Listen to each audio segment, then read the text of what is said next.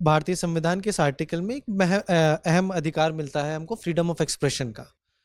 लेकिन अभी हाल ही देखा जाता है कि कई लोगों को कुछ बोलने पर या स्टैंड अप कॉमिक को उन्हें एफआईआर का सामना करना पड़ता है या कोर्ट में केस चल जाता है।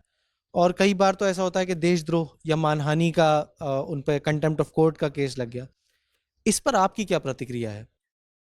केस तो मुझ पे भी लगा अभी हाल ही में, तो इस पे बोलना ज़्यादा ठीक नहीं होगा। मैं उस केस पर तो बात नहीं करूँगा। इन जनरल हम ये बात कर सकते हैं कि क्या होता है कि डेमोक्रेसी में राजतंत्र से लोकतंत्र बनता है आमतौर पर, या तानाशाही से लोकतंत्र बनता है। सिस्टम ऑफ गवर्नेंस का चेंज होना और वैल्यूज ऑफ गवर्नेंस का चेंज होना, इसमें बीच में टाइम लगता है। सिस्टम चेंज हो गया, वैल्यूज चेंज होने में समय लग रहा है। तो होता क्या है कि हर जगह जिसके पास सत्ता होती है वो चाहता है कि लोग थोड़ा तमीज में रहें, सोच समझ के बोलें। हर सरकार ये चाहती है। जब सरकार बहुत ताकतवर होती है तो उसका असर दिखने भी लगता है। लेकिन अच्छी डेमोक्रेसी वो है जिसमें कम से कम हर व्यक्ति को बोलने का, असहमति ठीक तरीके से व्यक्त करने का अधिकार होना चाहिए। मैं आपको उदाहरण अगर देखें हाल ही का, तो भी अमेरिका में आपको पता है कि दो खतरनाक व्यक्ति आपस में गुत्थम गुत्था हो गए थे कुछ दिन पहले। एक वहाँ का राष्ट्रपति डोनाल्ड ट्रंप, और एक वहाँ का सबसे बड़ा उद्यमी या सबसे बड़े उद्यमियों में से एक एलन मस्क है। वो दोनों की प्रकृति आप जानते हैं क्या है, उस पर बात करने का मतलब नहीं है, ना उसमें रुचि है मेरी। मेरी रुचि इसमें है कि राष्ट्रपति प्रणाली वाला देश अमेरिका, आपको ये पता ही होगा राष्ट्रपति प्रणाली में राष्ट्रपति के पास ताकत बहुत ज़्यादा होती है ना। भारत का पीएम कुछ मामलों में ज़्यादा ताकतवर हो सकता है, लेकिन American president, because presidential system वहाँ पर है, ज़्यादा पावरफुल आमतौर पर रहता है। उसे संसद की उतनी चिंता नहीं होती जितनी भारत के प्रधानमंत्री को लोकसभा की सहमति की हमेशा जरूरत पड़ती है। इतना ताकतवर आदमी, और जब उसको झगड़ा हुआ एलन मस्क से, तो एलन मस्क एकदम आंख में आंख डालकर, आंख से आंख मिलाकर या दिखाकर जवाब दे रहा था। ट्विटर पे जो उसका अपना ही उद्यम है एक्स, उस पर खूब कमेंट्स कर रहा था।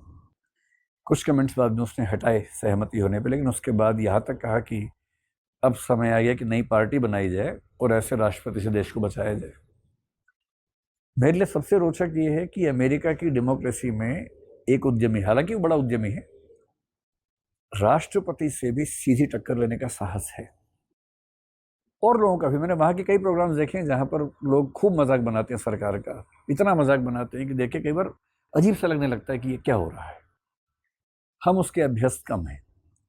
लेकिन मेरा मानना है कि एक अच्छे लोकतंत्र में न्यायपालिका को भी थोड़ा सा उदार होना चाहिए। अगर किसी ने थोड़ा बहुत मजाक कर दिया, कहेगा कंटेम्प्ट ऑफ कोर्ट। भाई, कंटेम्प्ट ऑफ कोर्ट के मामले में हमारे सुप्रीम कोर्ट, हाई कोर्ट्स पहले से काफ़ी लचीले हो गए हैं। अगर आपने प्रशांत भूषण वाला केस देखा हो हाल का, तो उसमें सज़ा नहीं दिया जाना या केवल सिंबॉलिक सज़ा दिया जाना, वो सब अच्छे उदाहरण हैं। मानहानि तो हमारे देश में बहुत महत्वपूर्ण क्राइम है नहीं, वो केवल क्रिमिनल डिफेमेशन में आप मैक्सिमम ये कर सकते हैं कि उस व्यक्ति से सॉरी बुलवा लें, उससे ऊपर कुछ नहीं कर सकते। जनरल ट्रेंड ये है, उस पर सज़ा देने का रिवाज नहीं है। सिविल डिफेमेशन में और कम इसकी चिंताएं की जाती हैं। अच्छी बात है कि डिफेमेशन, जब तक ये बहुत सीरियस मामला ना हो तब तक उस पर एक्शंस ना हो। जैसे कुछ साल पहले अरविंद केजरीवाल पे अरुण जेटली ने केस किया था, तो उसमें अंत में माफ़ी मांगनी पड़ी थी। अभी राहुल गांधी पे केस हुआ था डिफेमेशन का, वो भी चल ही रहा है। इसमें 2 साल की सज़ा गुजरात की कोर्ट ने दी, उनकी मेंबरशिप चली गई थी, फिर वापस मिल गई मेंबरशिप भी। लेकिन सुप्रीम कोर्ट तक आते आते जनरली मैंने देखा है कि क्रिमिनल डिफेमेशन के मामले भी एक सॉरी पे ही जाके टिकते हैं। ये एक सिंबॉलिक सी पनिशमेंट होती है। अभी मेधा पाटकर का एक मामला आप देख रहे होंगे जो वी के सक्सेना जी के साथ है, अभी चल रहा है आजकल इन दिनों। लेकिन एक अच्छे समाज में, अच्छे लोकतंत्र में होना यही चाहिए कि लोगों की असहमति को राजद्रोह या कंटेम्प्ट ऑफ कोर्ट या मानहानि का मामला बहुत रेयर कंडीशन से माना जाए, सामान्यतः है, नज़रअंदाज करना चाहिए। और वैसे भी अगर सरकार के खिलाफ लोग बहुत बोल रहे हैं तो इसमें अच्छी बात है कि उनकी भड़ास निकल गई कहीं पर। भड़ास नहीं निकलेगी तो वो क्रांति बनेगी, बगावत होगी, आंदोलन होगा। उससे अच्छा है कि लोग अपना दुख है, पीड़ा है, तो सोशल मीडिया पे या कहीं निकाल लें बात को।